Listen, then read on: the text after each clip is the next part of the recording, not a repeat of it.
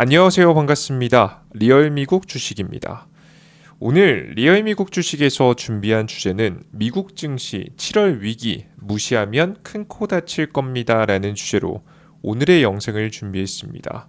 직전 영상에서는 구체적으로 유동성에 어떤 위기가 생길 것인지에 대해서 설명해 드렸다면 오늘의 영상은 이런 유동성을 해결하기 위해서 미국 정부에서 열심히 다양한 법들을 내놓고 준비하고 있잖아요.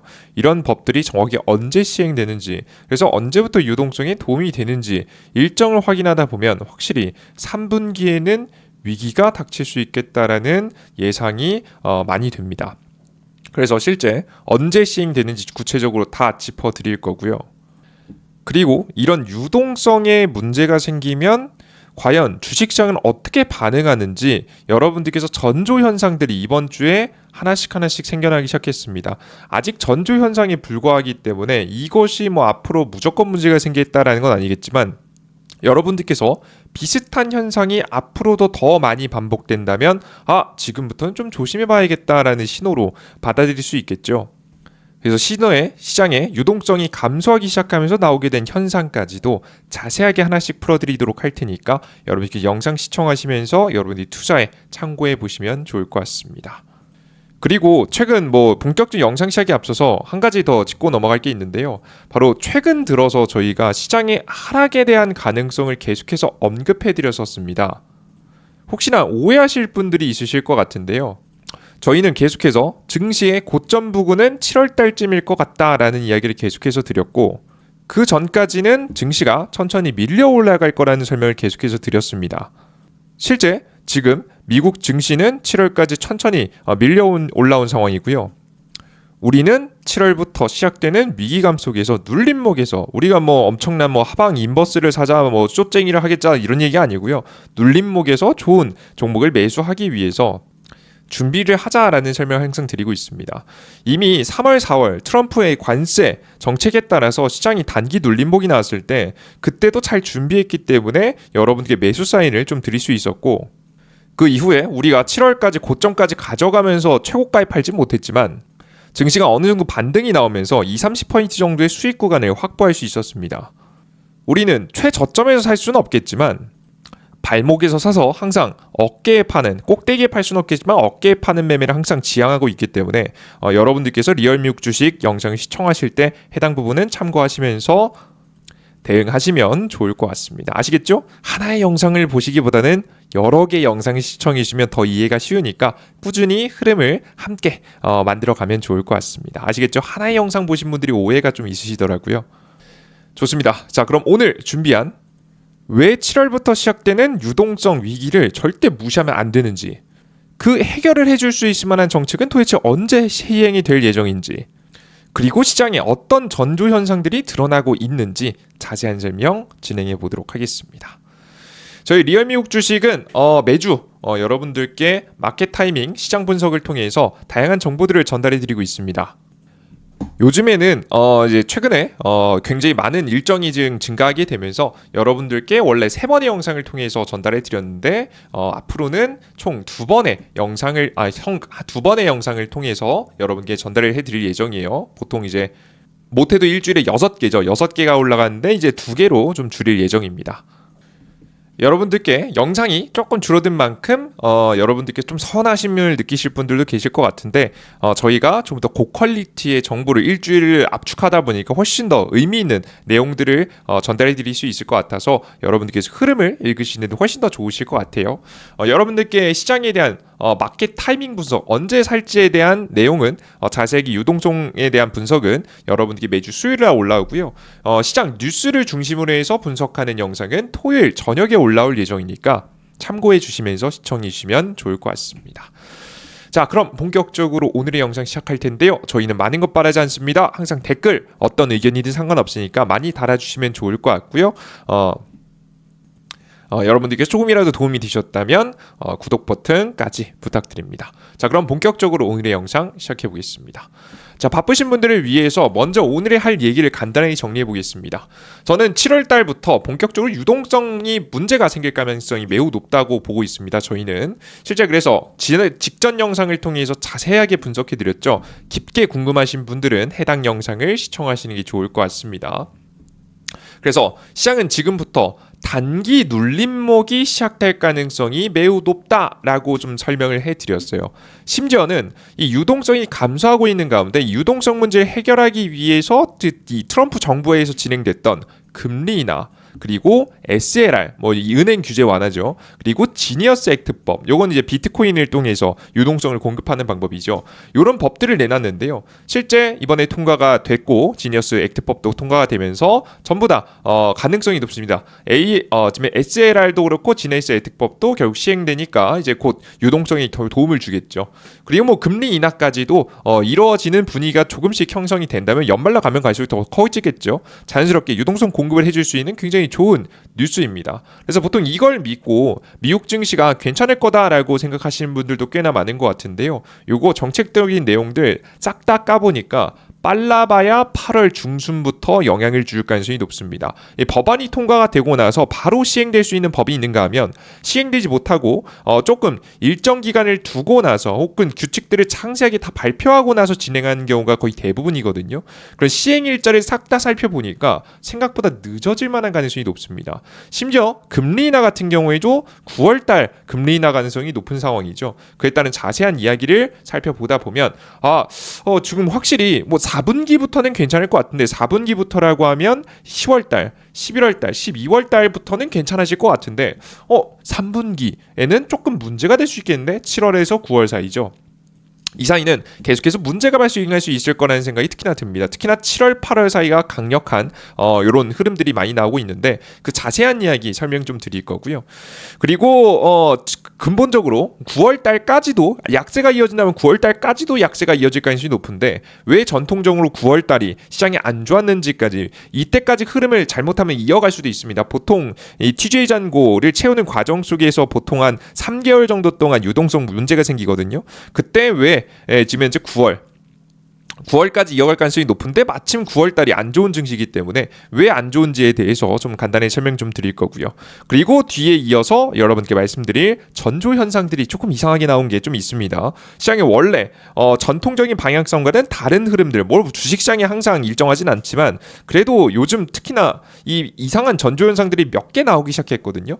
그런 이슈를 여러분께 다뤄드릴 겁니다. 파월 의장이 해고 발언에 따라서 원래 시장의 반응이 원래 없었는데 오히려 올라가거나 횡보했었는데 최근에 시장이 파월 의장을 해고하겠다는 이야기가 나오자마자 증시가 급락을 하는 모습을 보여줬죠. 급하게 이걸 수습하겠다고 트럼프가 해고하는 거 아니야 라고 해명까지 할 만큼 빠르게 좀 대응했었는데요. 해당 사건을 간단하게 말씀 좀 드릴 거고 그리고 기업들 중에서 예상보다 높은 실적을 발표했는데 급락하는 기업들이 하나씩 생겨났습니다. 물론 급락 이후에 반등이 나오기도 하는 기업들이 거의 대부분이었지만 일단은 실적 발표가 잘 나왔는데 대량 거래량 음봉을 보이는 기업들은 이상한 흐름이거든요. 보통 이런 흐름이 안 나옵니다. 잘. 특히나 시가총액이 큰 미국의 큰 기업들에서는 자주 나오는 현상은 아닌데 최근 들어서 유동성이 사라지는 분위기 속에서 이런 지금 이슈들이 나와주고 있습니다. 역시나 앞서 말씀드렸던 바대로 이런 전조 현상들은 뭐 이것만으로도 무조건 시장에 위기가 온다 이렇게 말할 수는 없지만 이런 사건들을 이미 알고 있어야 다음에 또 이런 비슷한 사건들이 계속 자주 반복되면 반복될수록 우리가 의심을 해볼 수가 있겠죠. 그래서 여러분께 예시를 드리는 것이다 라고 생각하시면서 시청해 주시면 좋을 것 같습니다. 아시겠죠? 자, 그럼 본격적으로 자세한 이야기 분석 시작해 보도록 하겠습니다.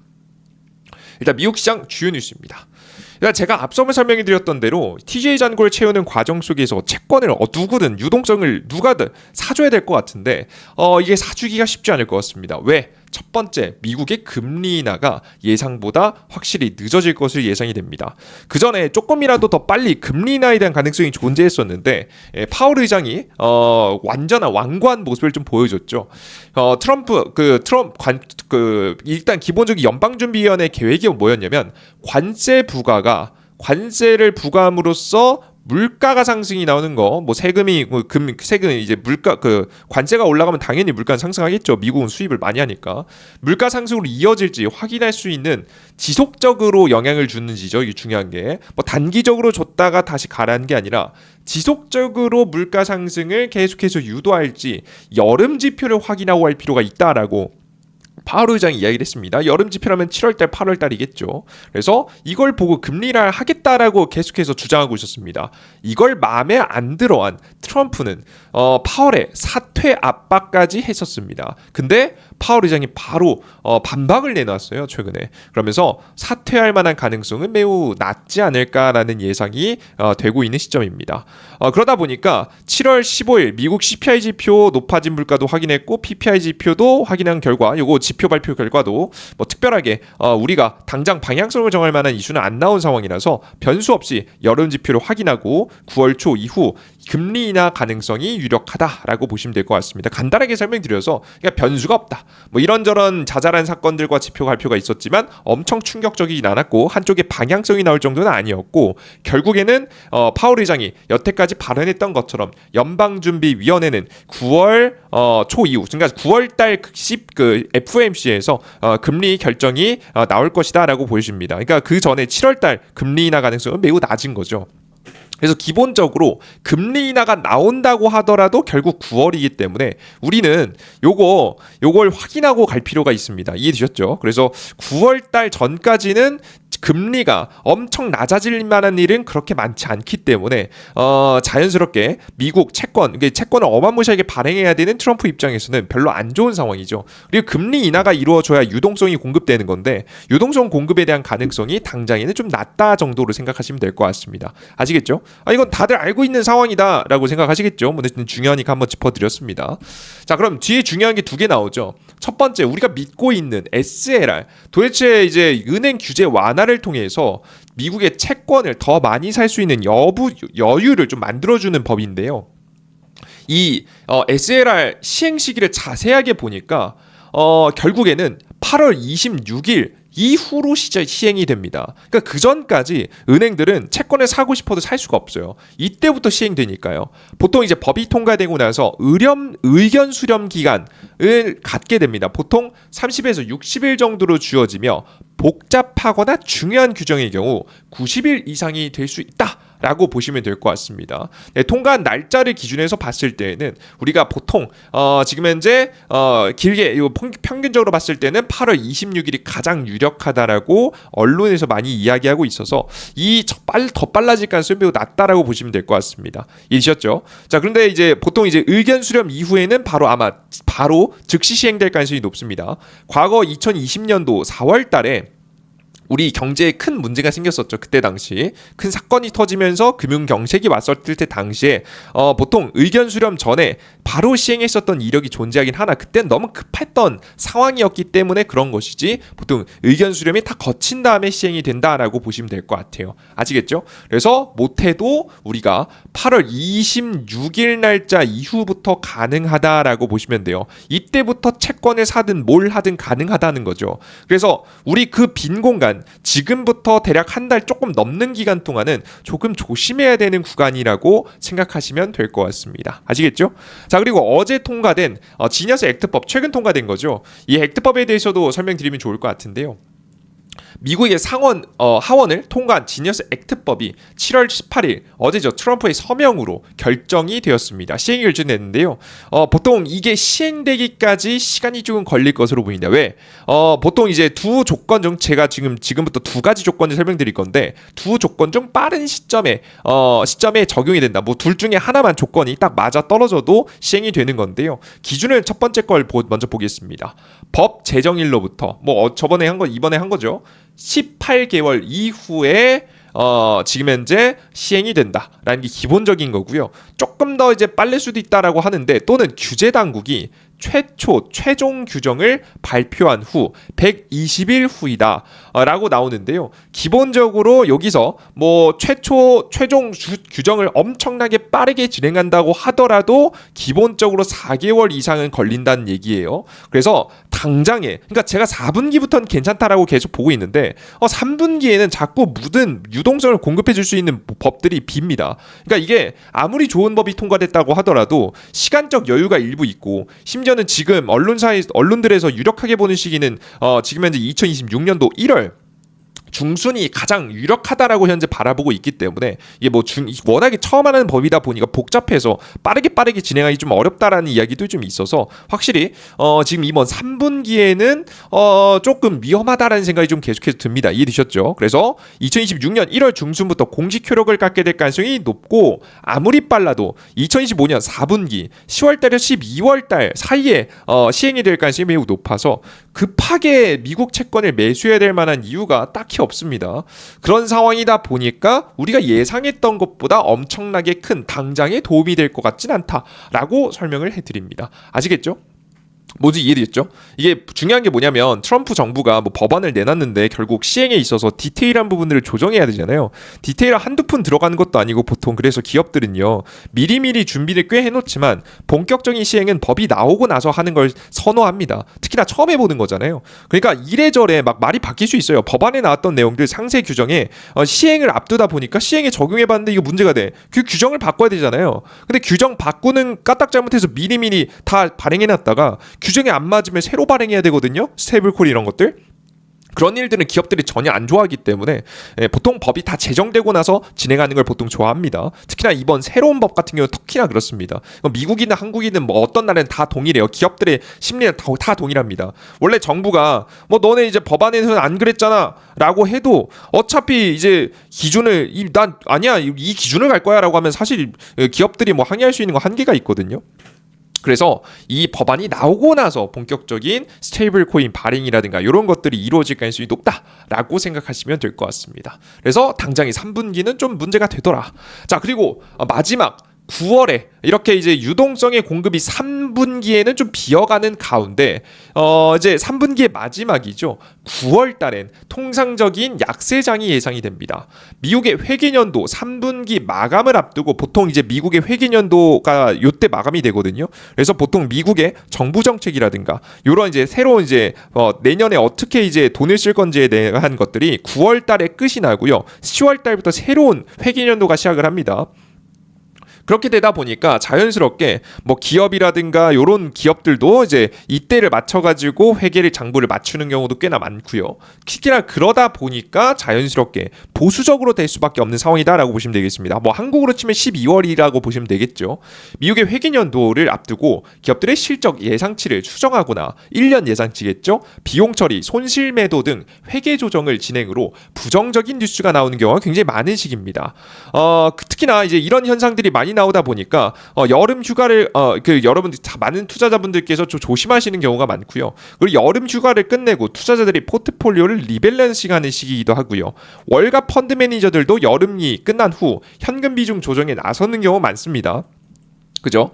보통 여름 휴가 들어가기 전부터도 좀 조심스럽습니다. 사실 휴가 가야 되는데 휴가 갔을 때 문제 터지면 안 되잖아요. 그래서 포트폴리오를 조금 더 안전하게 변경을 시작하는 경우가 굉장히 많고요.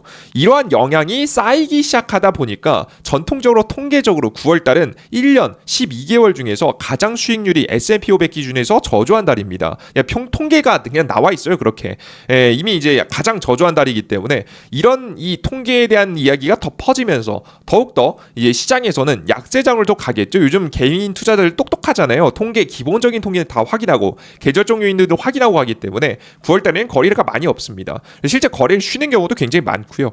그래서 9월 사이에 9월은 더욱 부정적으로 생각하는 경우가 더욱더 많아지게 되면서 더욱더 9월은 약세장이 된다라고 보시면 될 것 같아요. 그래서 지금 3분기에 쌓여있는 악재들이 워낙 많다 보니까 요즘 선제적 대응하는 경우가 훨씬 많잖아요. 그래서 현재 자리에서 우리가 시장에 투자를 조금 조심해봐야 되지 않을까라는 생각을 계속해서 하고 있는 겁니다. 그죠?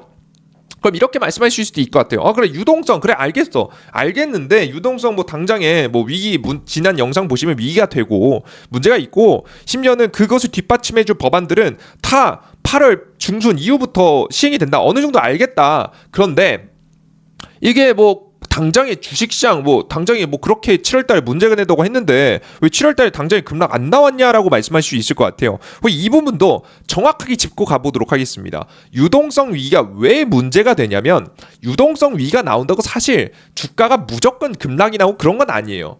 유동성 문제가 생긴다고 무조건 주식시장이 급락하는 게 아니다. 하지만 이거 분명히 알아두셔야 될 게 유동성 문제가 생긴 상황에서는 동일한 악재도 더 크게 받아들이는 경우가 많고 심지어는 새로운 악재가 나와도 오버하면서 받아들이는 경우가 굉장히 많습니다.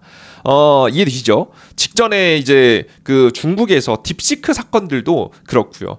사실 딥시크 사건들도 되게 부풀려진 거잖아요, 그죠? 그때 당시 근데 TJ 잔고 잘 보신 분 알겠지만 TJ 잔고를 채우는 과정이었습니다. 채워서 시장이 더 지금 이제 격하게 반응했었습니다. 이번에 파월 의장의 사퇴 이슈만 봐도 여러분께서 어느 정도 감을 잡으실 수 있을 것 같아요. 자, 최근에 파월 의장의 사퇴 발언이 계속해서 있었는데 최근 발언만 쭉 볼게요. 7월 3일, 7월 8일, 7월 16일 날짜가 가면 갈수록 이 시장의 반응이 조금씩 바뀌기 시작했습니다. 보시면 시장의 유동성이 7월 달부터 조금씩 문제가 생기기 시작했잖아요. 조금씩 그 전부터는 8월 달까지, 6월 달까지는 좀 강세를 이어가던 시장이 7월 때 지금 막 올라갔다고 하는데 그렇게 올라가지 않았어요, 여러분들. 어느 정도 박스권 안에서 천천히 이제 횡보하고 있는 중이라 보시면 될 것 같은데 보시면 똑같이 비슷한 발언들을 딱 파월 의장은 사퇴해야 된다는 발언을 계속해서 했었거든요. 근데 7월 3일 날 발언하고 나서 어떻게 되냐? 증시는 오히려 상승합니다. 재밌죠? 그리고 7월 8일 날 지금 현재 똑같은 사퇴 발언했음에도 불구하고 증시는 횡보했습니다. 처음에는 올라갔고 두 번째는 횡보했습니다. 그리고 7월 16일 날짜 최근이죠. 파월 의장을 사퇴하는 서한을 준비를 하고 있다라는 내용이 밝혀진 바 있었죠. 정확하게는 이런 내용이었습니다. 지금 현재 도널드 트럼프 대통령이 제롬 파월 미국 연방준비제도 의장에 대한 해임 서한 초안을 공화당 의원들에게 보여줬다는 외신 보도가 나오면서 시장에 퍼졌죠. 사실 근데 그 전부터도 사퇴시키겠다라는 발언들을 워낙에 많이 했기 때문에 사실 엄청 대단한 발언은 아니거든요. 그런데 보시는 바와 같이 시장이 단기간 급락했었습니다. 급락했다가 말아 올렸잖아요. 왜 말아 올라갔냐면 트럼프가 해명했거든요. 저 사퇴 안 시킬 거예요. 파월 의장 사퇴 당장 안 시킬 거예요. 해명하면서 반등했던 거예요. 그러니까 그래서 그 전까지는 사퇴 발언을 할 때마다 시장이 오히려 올라가거나 못해도 떨어지지 않고 횡보하는 모습을 보여줬었는데 오히려 7월 16일 시간이 가면 갈수록 유동성이 조금씩 더 약해지다 보니까 자연스럽게 시장이 조금씩 유동성 이 이슈 악재에 반응을 하기 시작했다라고 보시면 될 것 같습니다. 아시겠죠? 똑같은 악재도 유동성에 따라서 반응이 달라진다는 겁니다. 이건 단적인 예제를 좀 보여준 거고 앞으로 시간이 가면 갈수록 비슷한 현상들은 더 가속화될 가능성이 높아요. 특히나 7월 달까지는 어떻게든 다른 것들을 지금 이제 들여오면서 어떻게든 이제 채권 발행에 대해서 이제 어떻게든 감당이 될 것 같은데 7월 말로 가면 갈수록 더 안 좋아집니다. 7월 말로 가고 8월 초입에 들어서면 들어갈수록 유동성은 특히나 더 이제 문제가 생기기 시작할 거고 결국에는 유동성을 어떤 시장이든 감당해야 될 것 같은데 그게 아마 7월 말에서 8월 가면 갈수록 주식시장의 유동성이 빠져나갈 가능성이 매우 높아지고 있는 상황이에요. 이해되셨죠? 자세한 얘기를 다 복잡하게 하면 너무 길어지니까 그런 건데 직전 영상에 자세하게 해드렸으니까 혹시나 못 보신 분들은 꼭 참고하시면 좋을 것 같고요. 그래서 여러분들께서 직전 영상을 확인하시면 더 좋을 것 같다라는 설명까지 마저 드려보도록 하겠습니다. 자, 그리고 추가적으로 이 시장에 지금 실적 발표에서도 이상한 흐름이 좀 나왔는데요. 좀 보겠습니다. 보시면 실적 발표를 이번에 JP모건, 시티그룹, 블랙록, 뱅커브, 아메리카 등등등등 다양한 기업들이 굉장히 많이 있는데 특히나 우리가 주목할 점은 이제 금융기업들, 은행기업들 많이 이제 발표를 했어요. 모건스탠리, 골드만삭스. 근데 재미있는 게 웬만한 기업들이 실적 발표 잘 나왔거든요. 이미 어느 정도 잘 나올 거라는 거 알고 있었습니다. 그런데 시장에서 이상한 반응을 하는 기업들이 하나씩 생겨났어요. 예상치보다 더 잘 나왔잖아요. 그러면 적어도 어떻게 해야 됩니까? 이 주식을 사진 못해도 보유하고 있거나 더 매수하는 수급이 들어와야죠. 재밌는 게 물론 결국에는 조금씩 다시 반등하긴 했지만 보시는 바와 같이 당일날 실적 발표 당일날 음봉을 보이는 경우도 많았고요. 블랙록 같은 경우에는 역시나 대량 거래량 음봉을 보이는 경우가 많았습니다. 물론 주가가 다시 반등에 성공하긴 했으나 실적 발표에 예상보다 더 높은 실적을 발표했는데 이상한 결과가 나오는 기업들이 많이 생겨났어요. 특히나 여러분들이 많이 알고 계시는 넷플릭스 있죠. 넷플릭스 같은 경우에도 실적 발표하고 나서 주가가 어떻게 됐냐? 급락했습니다. 그러니까 원래 전형적으로 유동성에 문제가 생길 때 나오기 시작하는 현상이에요. 물론 앞서 설명해 드렸던 바와 같이 이게 물론 이거 몇몇 개 기업 가지고 오버하는 거다라고 생각할 수 있는데요. 맞습니다. 지금 이걸 설명드린 이유는 이것 자체로 뭐 시장이 급락할 거다라고 설명드린 거 아니고 이런 현상들을 잘 주목해 볼 필요가 있다라고 설명드리는 거예요. 앞으로 이런 일들이 다양한 기업에서 더욱더 반복되면 반복될수록 더욱더 큰 문제가 발생할 수 있으니까 앞으로 진행되는 알파벳이라든가 테슬라 실적 발표 이후에 어떤 반응을 보이는지 코카콜라, 필립 모리스 이런 기업들이 있잖아요.